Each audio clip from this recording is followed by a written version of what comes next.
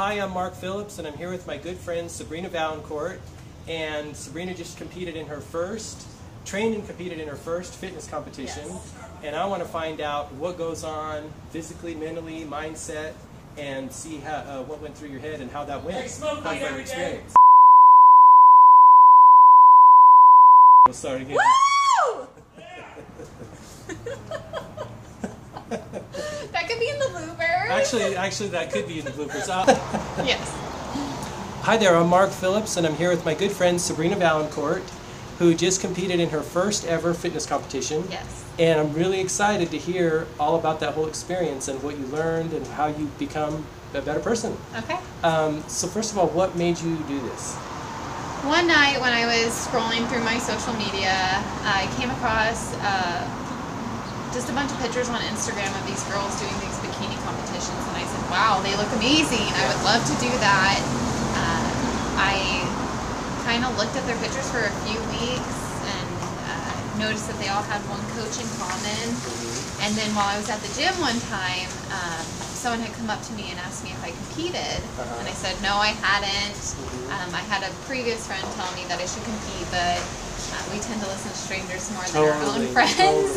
So I was really inspired by those pictures, and then the person who approached me at the gym, so I kind of just leapt into it that way. Because you're a hardcore gym person anyway. How many years have you been working out in the gym? I've been working out, and I've been pretty active since I was younger. I played soccer growing up, and I've been going to the gym since I was 16. But I never took it to this level of diet and exercise that I had until December when I started it. So were you nervous about embarking on this journey, or was it just, I'm going to go do it? I was excited. I was ready. I wanted a goal to look forward to.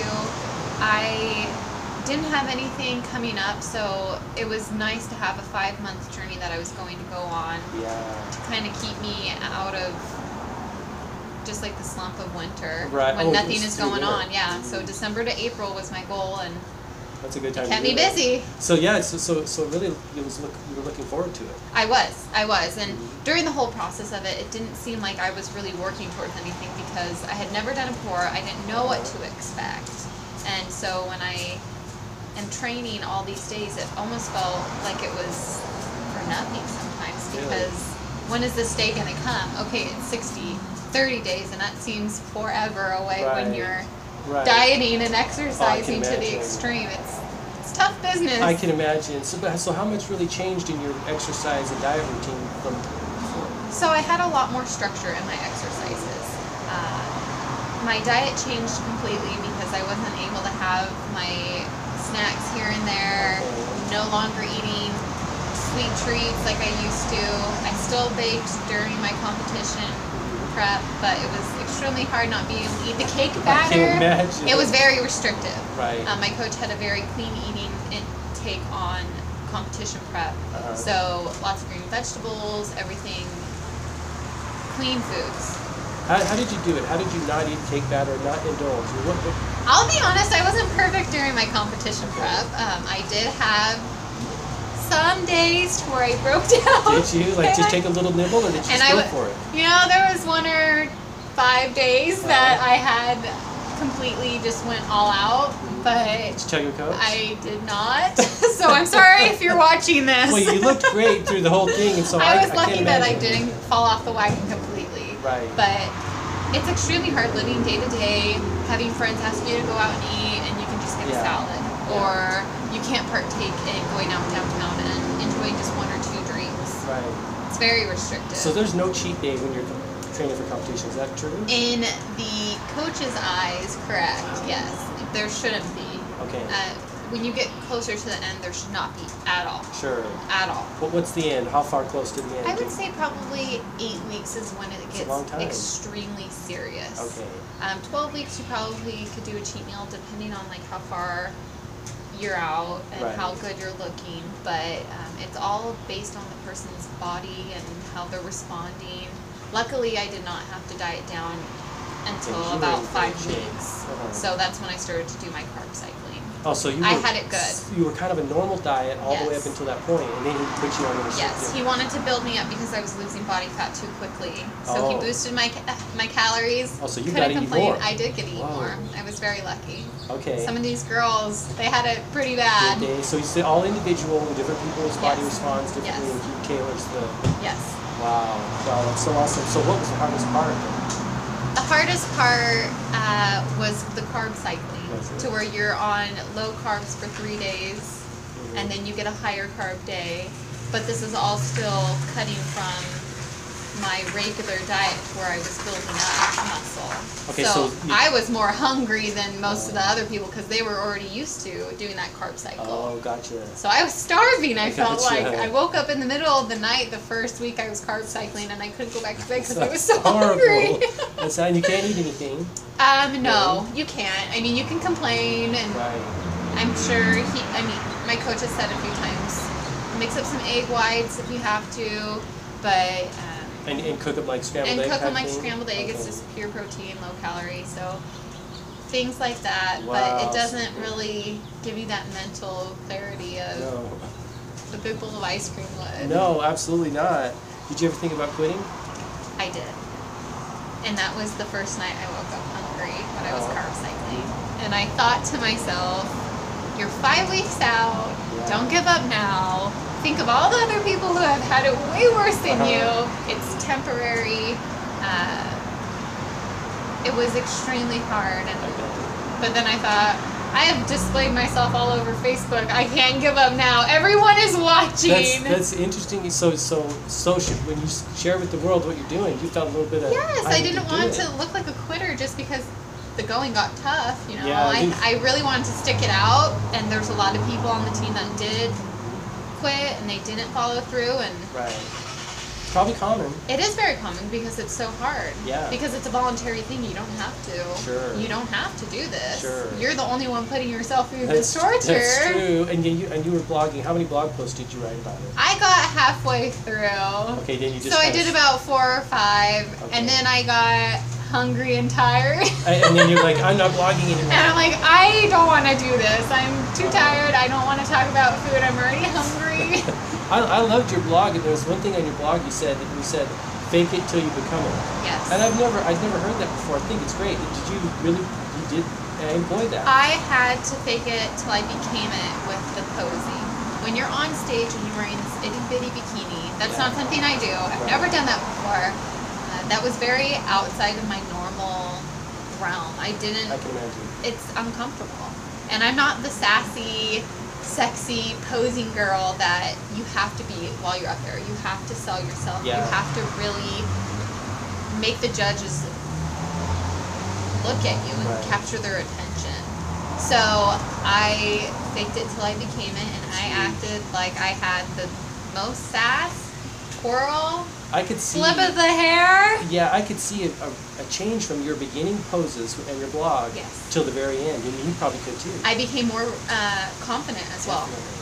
So it fed into other areas of your life as well, I'm sure. Yes, definitely. Wow, that's so awesome, Sabrina. What do you like about bodybuilding? This sounds cliche to say, but there's something about being on the weight floor with men who are super pumped up and strong, and there's not that many women out there. Yeah. It's very empowering, it's very self-motivating, and it boosts your confidence to be out there with these people who are probably insecure too. Right. So it feels good to feel strong. Yeah. Because not many women do that. They're afraid of looking like a man, or that's just not their goal. Right. So it's very far and few that these girls are doing it. It's a small community. It sounds like they're maybe missing out on some of the fringe benefits that they would get if they would do it. Out of Anyway, fear, because they don't know. Sure. Because, I mean, growing up, I was always told if you lift too much weight, you'll get bulky, you'll look like a man. That's not true. Yeah, so you just started You'll anyway. turn into a sexy beast. Yeah, obviously. Come on, right? So tell us about the days leading up to the competition and the behind-the-scenes competition, because not many people know after. No. Most people just see the pictures on Instagram where you look pretty in your bikini. Yeah. So my competition was in Missoula, Montana. Okay. We drove up on a Friday. It was on a Saturday. So we get there Friday. It was about an 8-hour drive. You're carbing up at this point, so you can eat a lot of carbs, which helped me. I can imagine. And so we get there. A couple hours later, we go and get our spray tans. Friday night. Friday night. Okay. You have to sleep in the spray tan. Okay. You have to wear long sleeves, long pants, so your spray tan doesn't get messed up. Okay. I had woken up in the morning, and I guess I sweat in my sleep, and I had a big splotch all over my chest, and it was horrible. I woke up, I was like, oh my gosh! It's ruined! It's ruined! What am I going to do? Because usually with a spray tan, you wash it off in the morning. With this, you don't. You have to sleep in it. You have to wear it for the whole day.